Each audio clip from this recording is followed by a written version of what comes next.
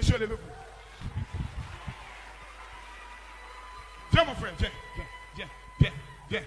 Aja.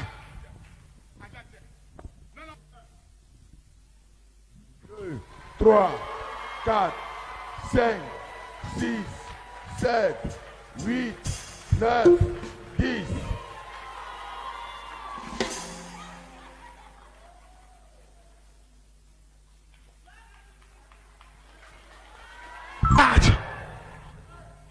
Oh my God!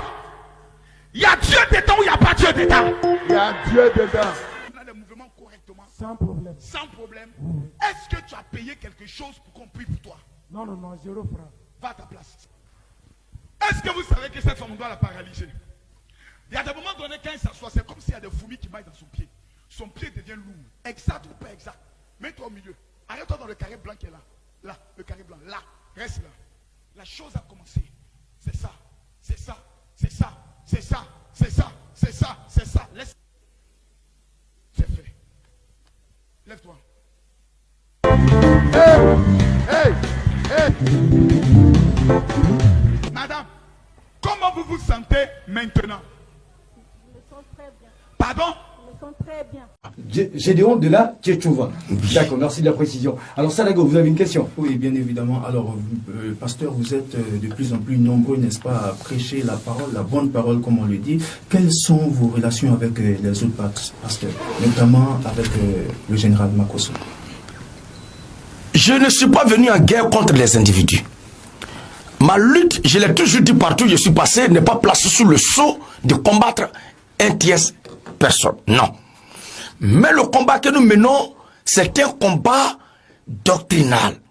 Pour nous, tous ceux qui ne prêchent pas l'évangile du Seigneur Jésus-Christ, la parole de Dieu telle qu'elle a été ordonnée par le divin créateur, de la part de qui les gens sont censés parler, pour moi, ces gens-là sont un danger potentiel, à l'image et même plus dangereux que le coronavirus.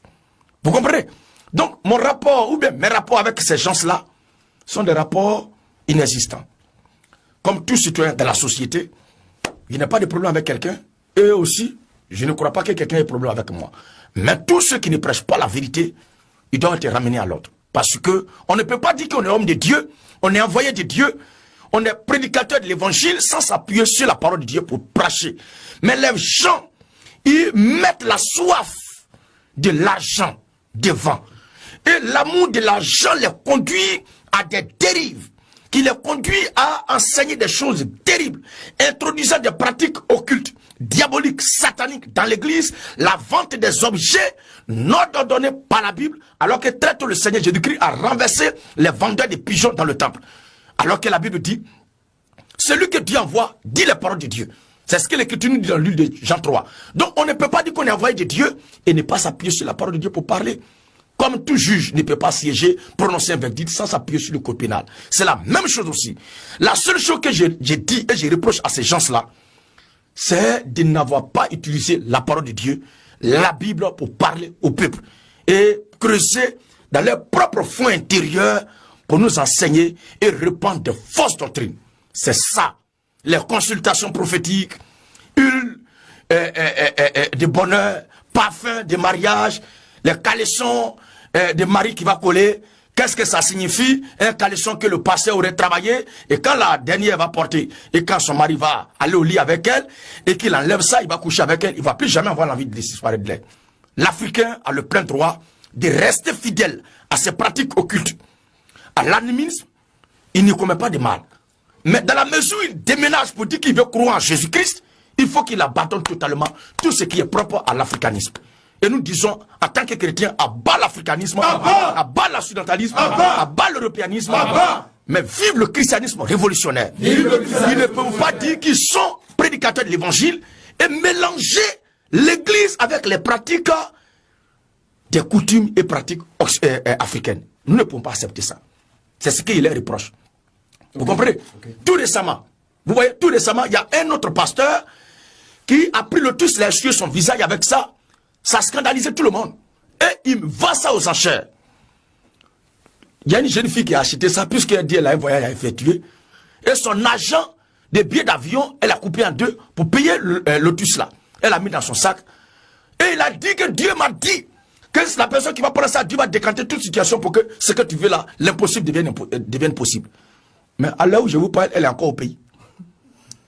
Ce sont ces gens d'arnaque là que nous sommes appelés à dénoncer. Mais le peuple aussi est coupable. Parce que ces enfants qui se disent enfants de Dieu, ce peuple qui dit qu'il croit en Dieu, qui va adorer Dieu, mais qui n'a pas d'égard, qui ne prend même pas le temps de regarder à ce que dit la Bible et qui suit naïvement ces guides-là, ce peuple-là aussi est responsable. Alors notre devoir c'est d'interpeller tout cela pour qu'ils reviennent.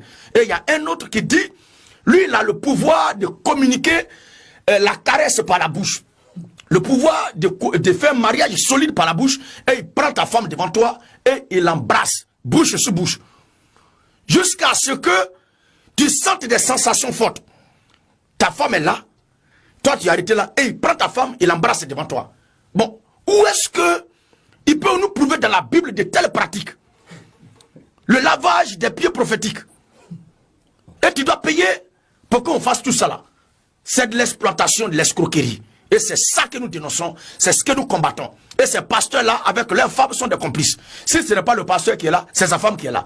Et les deux travaillent de concert dans ce travail et cette stratégie d'escroquerie et d'appauvrir, d'exploiter le peuple. C'est ce que nous dénonçons. Sinon, la Bible elle-même n'a aucun problème avec quelqu'un. C'est la pensée de Dieu pour ceux qui veulent être sauvés.